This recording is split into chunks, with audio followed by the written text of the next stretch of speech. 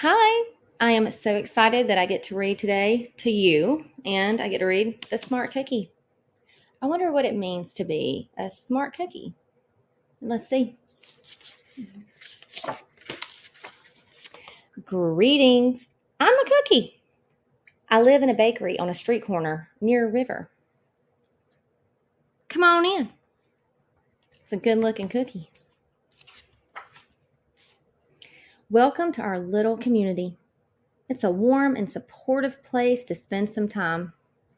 Pretty fantastic, eh? Looks pretty good to me. These days, life is sweet, but my journey wasn't always a cakewalk. When I was younger, I couldn't have imagined fitting in here. For a long time, I didn't feel comfortable speaking up or sharing my ideas. I didn't feel like a smart cookie. I wanted to be a cookie who knew all the answers, a cookie who felt confident in a group, a cookie who said, aha, when solving a puzzle like this. Aha! Looking back, I had some trouble in my early days. I went to school in a gingerbread house. Our teacher, Miss Biscotti, was kind and patient. When I arrived each morning, she'd wave at me and smile. It's a great way to start your day at school.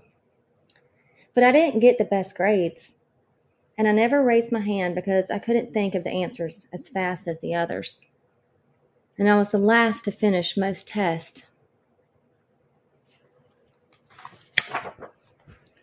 It wasn't because I didn't care, and it wasn't because I didn't try. Sometimes I'd get distracted and mess up, even though I knew the material.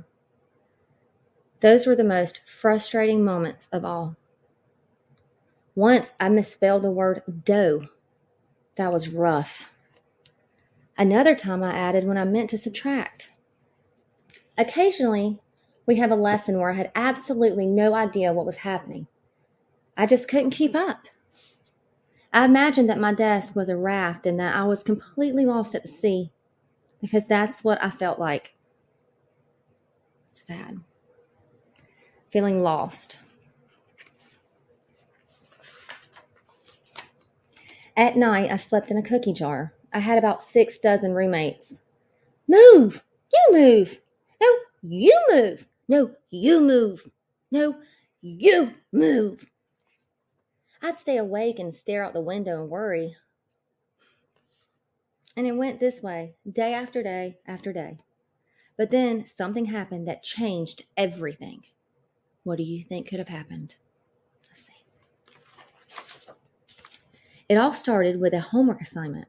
Miss Biscotti requested our attention one afternoon.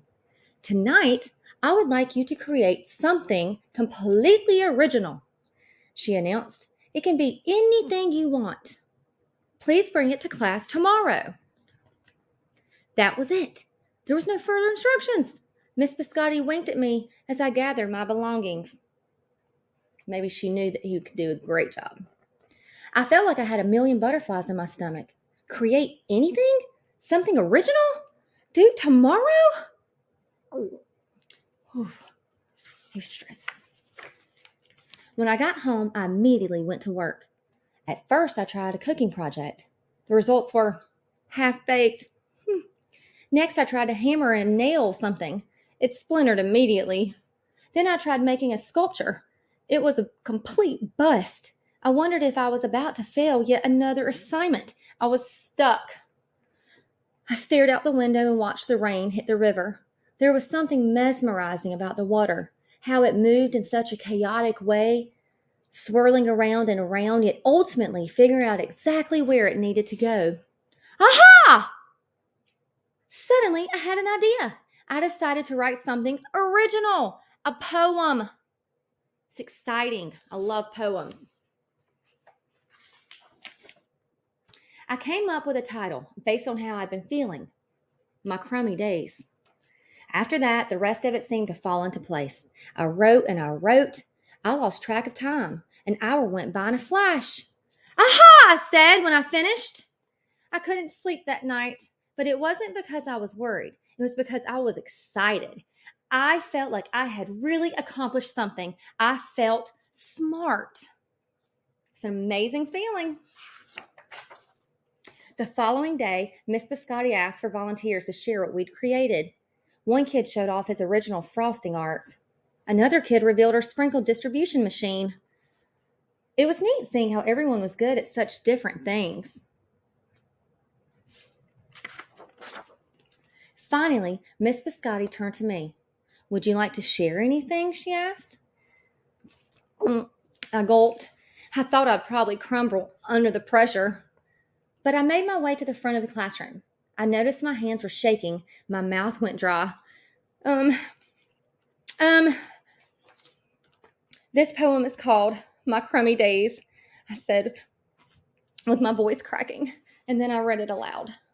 As I spoke, I noticed some kids nodding at certain lines. Other kids laughed at parts that were supposed to be funny. As I built toward the finale, which is the end, I felt myself becoming more confident and animated. And in the end, everybody clapped and cheered. I promise you this, I'll never, ever forget it. Miss Biscotti was beaming with joy.